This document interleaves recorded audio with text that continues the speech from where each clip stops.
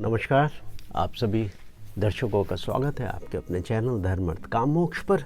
और हम पहुँचे हैं सुंदरकांड में, जहाँ पर पिछले एपिसोड में भगवान हनुमान जी ने दूर से माता सीता के दर्शन कर लिए। अभी उनकी भेंट नहीं हुई है। वो अपना छोटा सा रूप, मच्छर के समान छोटा रूप बनाकर पेड़ों के बीच में छुपे हुए हैं और दूर से माता सीता की दीन दशा देखकर बहुत ही ज़्यादा मन में उनके विषाद हो रहा है, बहुत दुख का अनुभव हो रहा है। अब कहानी क्या पर है कि यहाँ बोलते हैं कि तरु पल्लव महु रहा लुकाई, करई विचार करऊँ का भाई। हनुमान जी पेड़ों के बीच में छुपे हुए हैं और मन में ये सोच रहे हैं कि अब क्या किया जाए, कैसे माता सीता जी को अपना परिचय दिया जाए। और उसी समय ते ही अवसर रावण तहाँ आवा, और संग नार बहु किए बनावा। और उसी समय रावण सज धज के बड़े वेशभूषा में आता है माता सीता के पास। और बहुविध खल सीतहि समुझावा, साम दान भय भेद दिखावा। कह रावण सुन सुमुख सयानी, मंदोदरी आदि सब रानी। तो क्या बोलता है वो? माता सीता को अपना लालच देख रहा है, माता सीता को अपनी तरफ आकर्षित करने की कोशिश करता है। और क्या ऑफर है रावण का माता सीता के लिए? ऑफर ये है कि तव अनुचरी करऊं पन मोरा, और एक बार बिलोक मम ओरा। कि ये सब मंदोदरी और ये जितनी मेरी सब रानियां हैं, तू पटरानी बनेगी और ये सब तेरी दासियां होंगी। तो रावण का ये अनुग्रह, ये रिक्वेस्ट है माता सीता से। रावण ज़बरदस्ती नहीं कर रहा है। अभी तक रावण किसी भी तरह से ये चाह रहा है कि माता सीता उसको अपना मान ले, उसको अपना ले और उसके प्रति प्रेम का भाव रखे। मगर माता सीता कौन है? माता जानकी राजा जनक की पुत्री भूमिजा है। वो भूमि से उत्पन्न हुई है और भूमि से उत्पन्न होकर यहाँ इतना सुंदर वर्णन है। अगर आप लोगों को ध्यान हो तो हमारे यहाँ एक कहावत है कि डूबते को तिनके का सहारा। और उस कहावत के बाद ये दूसरी कहावत है जो यहाँ पे गोस्वामी श्री तुलसीदास जी ने लिखी है। और क्या कहती हैं? जो कि भूमि से उत्पन्न हुए उस रिश्ते से तृण तिनका माता सीता का भाई हुआ। और देखिए, एक भाई हमेशा अपनी बहन की रक्षा को आतुर रहता है, तैयार रहता है। तो ये सिंबॉलिक है, प्रतीकात्मक है कि किस तरह से माता सीता उसकी तरफ देखती भी नहीं है और क्या करती हैं, उस तिनको को अपनी ओट बना के, एक तिनके को माता सीता अपनी ओट बना रही है। तिनका मैंने अभी बताया आपको भाई स्वरूप। क्या कहती है कि तृण धरी ओट कहत वैदेही, और सुमिर अवधपति परम स्नेही। कि तो वो उसका स्मरण तिनके की आड़ करके पर्दा कर गए एक तरह से, राइट। वो कहती हैं कि सुन दशमुख खग्योत प्रकाशा, और कबहू की नरली करई विकाशा। कि हे दशानन सुन कि कभी जुगनू के प्रकाश से भी कमल खिलते हैं। उपमा देखिए, इतना सुंदर भाषा। मेरे पास शब्द नहीं है, शब्द कम पड़ जाते हैं। जब इस तरह के महान रचनाकार की रचना आप पढ़ रहे हो तो आपके शब्दों का कोई मूल्य नहीं है, कोई मोल नहीं है। बाबा तुलसीदास कलम के क्या धनी हैं कि कबहू की नलनी करई विकासा, और असमन समझ कहत जान की, खल सुधि नहीं रघुबीर बान की। और माता सीता कहती हैं कि हे दुष्ट, तुझे रामचंद्र जी के बाणों की अभी खबर नहीं है क्या? तू जानता नहीं कि वो कितने प्रतापी। और साथ कहती हैं कि सठ सूने हरियाण ही मोही, और अधम निर्लज्ज लाज नहीं तो ही। कि तूने सूनापन पाके मुझे अकेला पाके हर लिया और तुझे शर्म भी नहीं आती है।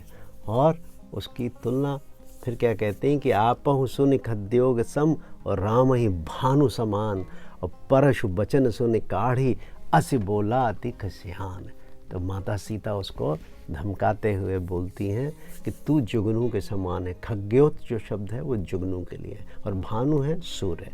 कि तू जुगनू के जैसा है, और भगवान श्री राम वो सूर्य के समान है। और भानुकुल इसीलिए भानुकुल भी बेचते हैं, सूर्यवंशी हैं भगवान, इसलिए यहाँ पे भानु की उन्होंने उपमा दी है। तो अपने को जुगनू के समान और रामचंद्र जी को सूर्य के समान सुनकर रावण खिसिया जाता है, और उसके बाद जो है सीता जी को वो एक तरह से धमकी देता है।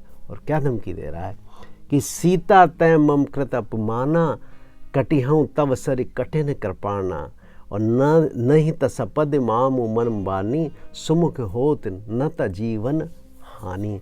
कि सीता तूने मेरा अपमान किया है और मैं तेरा सर इस कठोर कृपाण से काट दूंगा, ठीक है, जल्दी मेरी बात बन जा, नहीं तो तुझे जीवन से हाथ धोना पड़ेगा।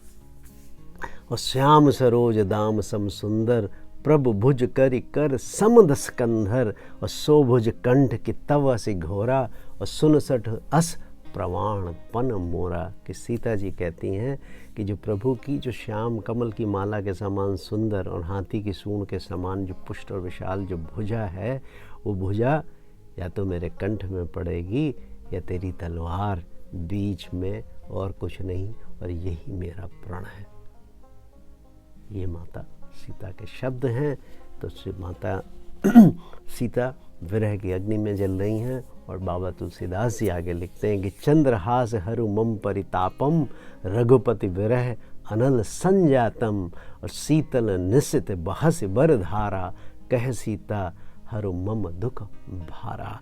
ये सीता जी कहती हैं कि चंद्रहास, तलवार को क्या बोलती हैं कि चंद्रहास, और रघुनाथ जी के विरह से उत्पन्न मेरी भारी जलन को तू हर ले। कि रावण की तलवार को वो संबोधित कर रही है कि हे चंद्रहास, कि तू मेरी इस विरह अग्नि को हर ले। हे तलवार, तू शीतल तीव्र और श्रेष्ठ धारा बहाती है, अर्थात तेरी धारा तेज और ठंडी है, और तू मेरे दुखों के बोझ को हर ले। माता सीता उस मनोदशा में है। और सुनत बचन पुनि मारन धावा, मैं तनया कहीं नींद बुझावा। तब जब ये बात सुनता है रावण, तो रावण मारने के लिए दौड़ता है सीता जी को। अब देखिए वहाँ पे मंदोदरी की प्रेजेंस ऑफ माइंड। मंदोदरी बोलती हैं मैं तनया, मैं की पुत्री हैं, इसलिए मंदोदरी का नाम मैं। तनया, तनय का मतलब बेटी। कहे से सकल निश्चरही बोलाई, सीतई बहुविध त्रासों जाही। तब जब उन्होंने समझाया तो रावण बोलता है सारी निशाचरियों को बुलाकर कि भाई सीता को बहुत तरह से भय दिखलाओ, और उनको धमकी देता है रावण कि मास दिवस महु कहा न माना, तो मैं मारब काढ़ी कृपाना। कि मैं 1 माह का समय दे रहा हूँ, 30 दिन का समय है आपके पास, और इस 30 दिन के अंदर अगर ये नहीं मानती है तो मैं इसको मार दूंगा। और ऐसा करके दशकंधर क्या करता है, वो जाता है कि भवन गयऊ दशकंधर, यहाँ पिशाचनी बंदे, सीत ही त्रास दिखावही, धरही रूप बहुमंद। अब चूँकि रावण का आदेश है, और निशाचरियों को, राक्षसियों की वो रावण बोल के गया कि भाई माता सीता को आप किसी भी प्रकार से कन्विंस करिए कि वो किसी तरह से मेरी तरफ देखें, किसी प्रति मेरी तरफ प्रीत रखें, और अगर ऐसा नहीं होगा तो वो तुम्हारी जिम्मेदारी है। तो साम दाम दंड भेद, डरा के बहला के फुसला के, जिस तरह से भी ये राजी होती हैं वो राजी हो। तो सारी पिशाचिनियाँ, सारी निश्चरियाँ वो क्या करती हैं, वो माता सीता को अलग अलग वो करके उनको डराने की कोशिश करती हैं। और अब यहाँ पे एंट्री होती है त्रिजटा की। और अगर आप दर्शकों को याद हो, त्रिजटा विभीषण की पुत्री है। मैंने आपको रावण की वंशावली में बताया था। तो त्रिजटा नाम राक्षसी एका, और राम चरण रति निपुण विवेका। कि वो अब यहाँ पे तुलसीदास जी उनका इंट्रोडक्शन दे रहे हैं कि त्रिजटा नाम की एक जो राक्षसी है, उसकी भगवान राम के चरणों में प्रीति थी। और सबनहु बोल सुनाए सु सपना, सीता ही सेव करऊँ हित अपना। तो वो उन सबको एक सपना अपना बताती है कि वो सपने में क्या होता है, और वो सपने के आधार पे बोलती है कि सीता की सेवा में ही सबका कल्याण है। आप सारी राक्षसियाँ माता सीता की सेवा करो। और क्या बोलती कि उन्होंने क्या सपने में देखा कि सपने बानर लंका जारी। अभी देखिए बाबा बजरंगबली का प्रवेश नहीं हुआ है लंका में, किसी को पता नहीं है, किसी को ज्ञात नहीं है।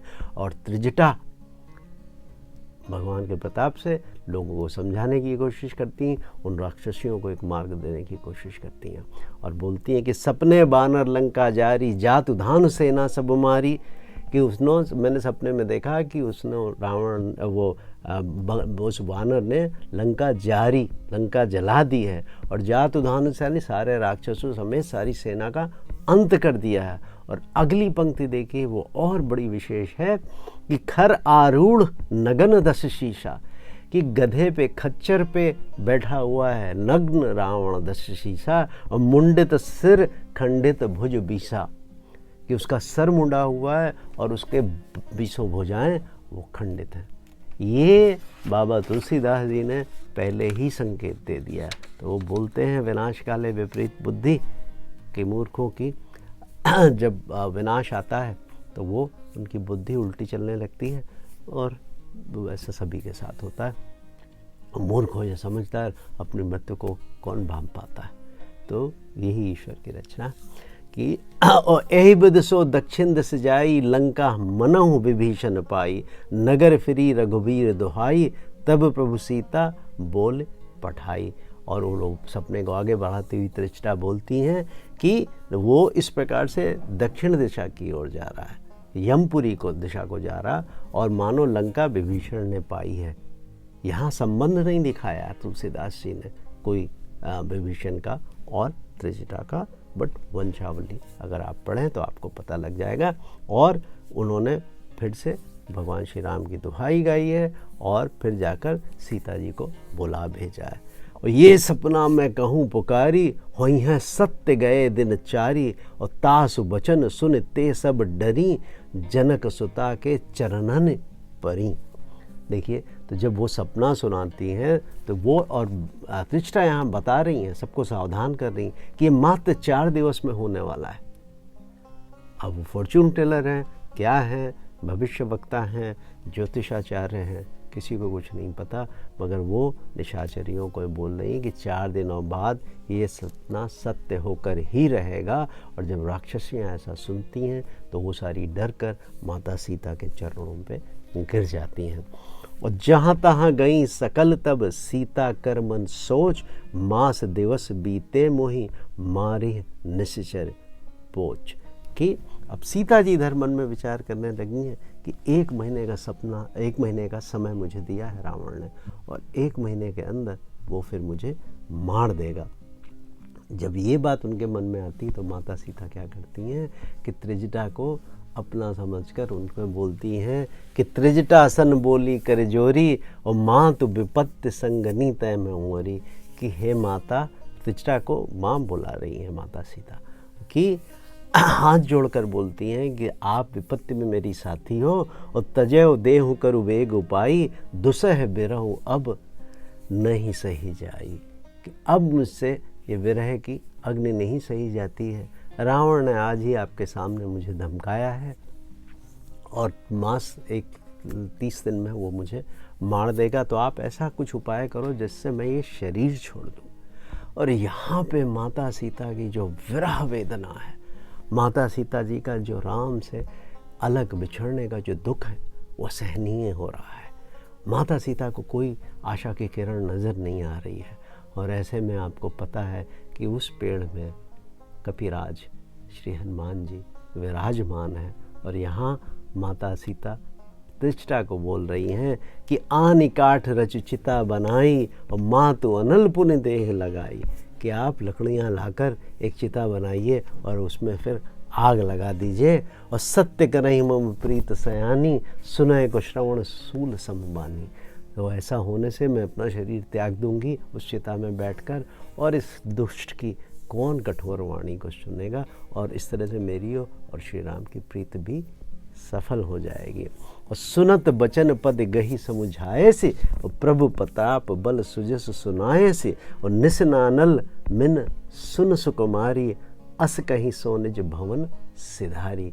और देखिए त्रिजटा जी की प्रेजेंस ऑफ माइंड, इसलिए बोलते हैं आप जिस कुल जिस परिवार से आ रहे हैं, जो आपकी प्रवृत्ति है, जो आपकी सोच है, क्योंकि वो विभीषण पुत्री हैं, उनके मन में श्री राम के प्रति विशेष आदर है, विशेष प्रेम है, और वो बोलती हैं कि सीता जी के वचन सुनकर वो पैर पकड़ लेती हैं उनके त्रिजटा और बताती हैं कि आप क्यों डर रही हैं, आपके पति विश्व के सर्वाधिक वीर, दुनिया को चलाने वाले हैं, और आप ऐसा मत सोचिए, आप ऐसा सोचो ही मत। और आप क्या करो कि उनको वो बल्कि टालती हैं कि निस नानल में सुन सुकुमारी, कि अब निसी मतलब रात में, अनल का मतलब आग, कि अब इस रात में आग मुझे कहाँ मिलेगी, और तो आप जो है अपने पति के प्रताप को समझिए, और वैसे भी अगर मैं आपकी मदद करना चाहूँ तो अब इस रात्रि में कहाँ आग मिलेगी, और अस कहीं सो निज भवन सिधारी। और ऐसा कहकर त्रिजटा अपने भवन को चली जाती हैं। और इधर माता सीता विलाप करती हैं, कहती हैं कि कह सीता विधि भा प्रतिकूला, मिलई न पावक मिटही न सूला, कि देखिए कि मेरे खिलाफ ही हो गई है, प्रकृति ही मेरे विरुद्ध है, और ना तो मुझे आग मिल रही है, मैं किस तरह से अपने आप को मैं प्राण त्यागना चाहती हूँ तो प्राण त्यागने का भी कोई उपाय नहीं बन रहा है। और इस जगह एक बहुत सुंदर उन्होंने लिखा है कि देखिए तो प्रगट गगन अंगारा, अवन ना आवत एक तारा, कि कहने को तो आकाश में इतने हज़ारों लाखों तारे हैं, मगर अवन का मतलब इस धरती पर एक भी तारा नहीं आ रहा, क्योंकि अगर वो आ जाए तो मैं उससे ही अपनी चिता में आग लगा लूँ और चला जाए, अपने आप को देह त्याग कर दूँ। और पावक मैं सच श्रवत न आगी, और मानहु मोहि जानि हत भागी, सुनहि विनय मम बिटप अशोका। अशोक वृक्ष, अशोक का मतलब होता है शोकों को हरने वाला, अशोक। तो सुनो विनय मन विटप अशोका, और सत्य नाम कर हरु मम शोका, कि हे अशोक का वृक्ष, क्योंकि माता सीता अशोक वृक्ष के नीचे रहती हैं, तो उनको बोलती हैं कि चंद्रमा अग्निमय है, किंतु वो मुझे भी मानो हतभागनी अभागी जानकर आग नहीं बरसाता है, कि हे अशोक वृक्ष मेरी विनती सुनो, मेरा शोक हर लो और अपना नाम इस तरह से सत्य कर दो। नूतन किसलय अनल समाना, और देहि गन जन करई निदाना, देख परम बिरहाकुल सीता, सोझन कपहि कलप सम बीता। अब हम अंत में आ गए। तो किसले का मतलब होता है नए नए कोमल, नूतन नए, और किसले मतलब छोटे छोटे पत्ते जब निकलते हैं, कि वो बोलते हैं कि तेरे नए नए कोमल पत्ते, अशोक वृक्ष कब बोल रही हैं, वो अग्नि के समान है, अग्नि दे विरह रोग का अंत मत कर। तो माने इसको, ये जो मेरा और श्री राम का जो विरह है, इसको बढ़ाकर तू सीमा तक ना पहुंचा। माता सीता बहुत दुखी हैं, और उनका ये दुख देख परम विरहाकुल सीता। तो इस तरह से इतनी विरह वियोग में कि विरह की अग्नि में जलती हुई माता सीता को देखकर वो क्षण मानो कपि सम्राट के लिए, भगवान हनुमान जी के लिए एक कल्प के समान बीत रहा है। और कपि कर हृदय विचार, दीन मुद्रिका डारि तब, और जनु अशोक अंगार दीन, हर्ष उठ कर कहो। ये सो रहा है। तब हनुमान जी बोलते हैं कि बस अब यहाँ पे मुझे इंटरवीन करना पड़ेगा, हस्तक्षेप करना पड़ेगा। माता सीता की ये दशा उनसे देखी नहीं जाती, और उन्होंने राम नाम की अंकित जो मुद्रिका है वो वहाँ पर डाल दी। आज का एपिसोड यहीं तक। अगले एपिसोड में मैं आपको श्री हनुमान और माता सीता की भेंट के बारे में बताऊंगा।